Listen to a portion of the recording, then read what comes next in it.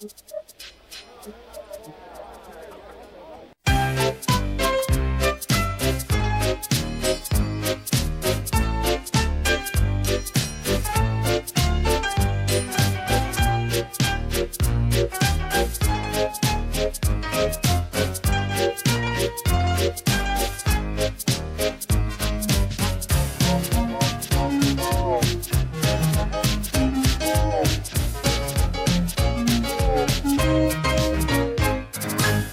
day, Percy brings a truck full of coal from the junction for the coal merchants at Farquhar.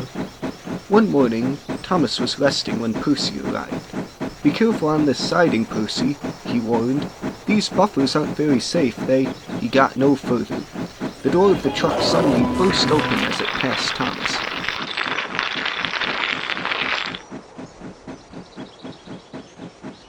"Achoo!" spluttered Thomas. Percy was surprised by this, and found to his horror he couldn't stop. "Oh!" he wailed.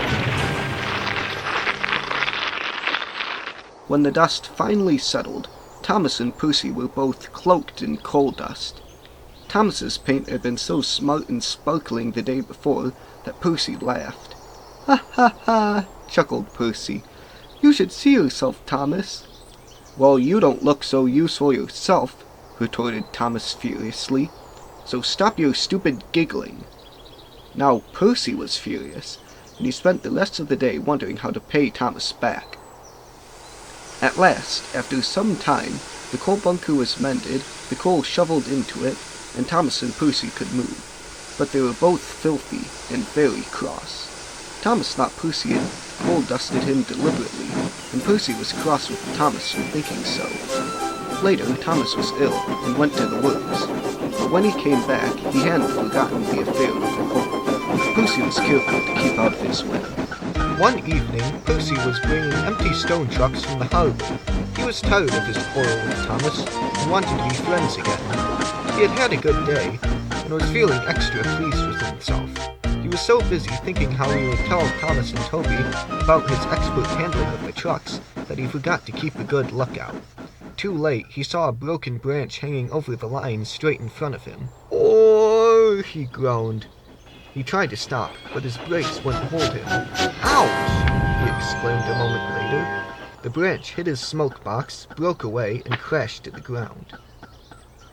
Percy was more startled than hurt, but his front was still sore when he reached the shed. "It's your own fault," said Thomas unsympathetically. "You should keep a better lookout. I've no patience for you." "Pooh!" retorted Percy huffily. He forgot his good resolution and only talked to Toby for the rest of the evening.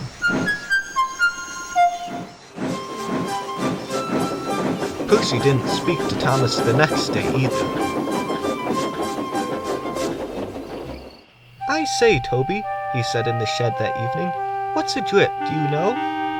Toby pondered. "It's when rain comes through a hole in your cab and the fireman hasn't got time to mend it," he decided at last. "That's silly," objected Percy. "I heard a boy on the platform call his friend one this afternoon. I'm sure he couldn't have come through a hole in my cab," he added earnestly. Thomas was tired of being ignored. "That's different," he interrupted loftily. "The boy just thought his friend was being a coward, or silly, or a spoil sport." Percy thought about this. "So if," he suggested reflectively, "if you stop me from doing something nice, would you be a drip, Thomas?" "You're the drip," answered Thomas crossly. "Now go to sleep like a sensible Injun and stop talking nonsense." Percy was offended. Instead of going to sleep, he became even more determined to pay Thomas back. The next day, Henry's train was late at the junction.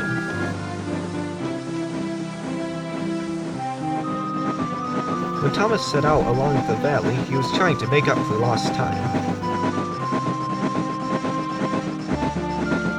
Suddenly there was a loud bang, and something hard hit the bottom of his left-hand water tank. "Ouch!" exclaimed Thomas, and stopped. As he did so, he felt cold water splashing against his wheels. "One of your side rods has broken," said his driver. "It swung up and punctured your tank. We'll have to get help." At Farquhar, Percy was shunting. The station master came up. "Leave those trucks, please, Percy," he said. "Thomas has got a hole in his water tank. There's water dripping everywhere, and he can't get home on his own." Percy was still cross with Thomas. "I won't go," he said. "Thomas called me a drip. Let him jolly well stay there and drip himself." "But what about Annie and Clarabelle and the passengers?" reminded Percy's driver. "Do they deserve to stay out all night, too?" Percy was sorry at once. "I forgot them," he said. "We must rescue them in case they turn into drips, too." He hurried away. He found Thomas near the river. Everyone was glad to see him, and the passengers thanked him for coming. "I'm sorry I was rude," said Thomas as Percy helped him back to the shed. "That tank of mine turned me into a bigger drip than we expected, didn't it? Can we be friends again, please?" Percy was delighted to agree.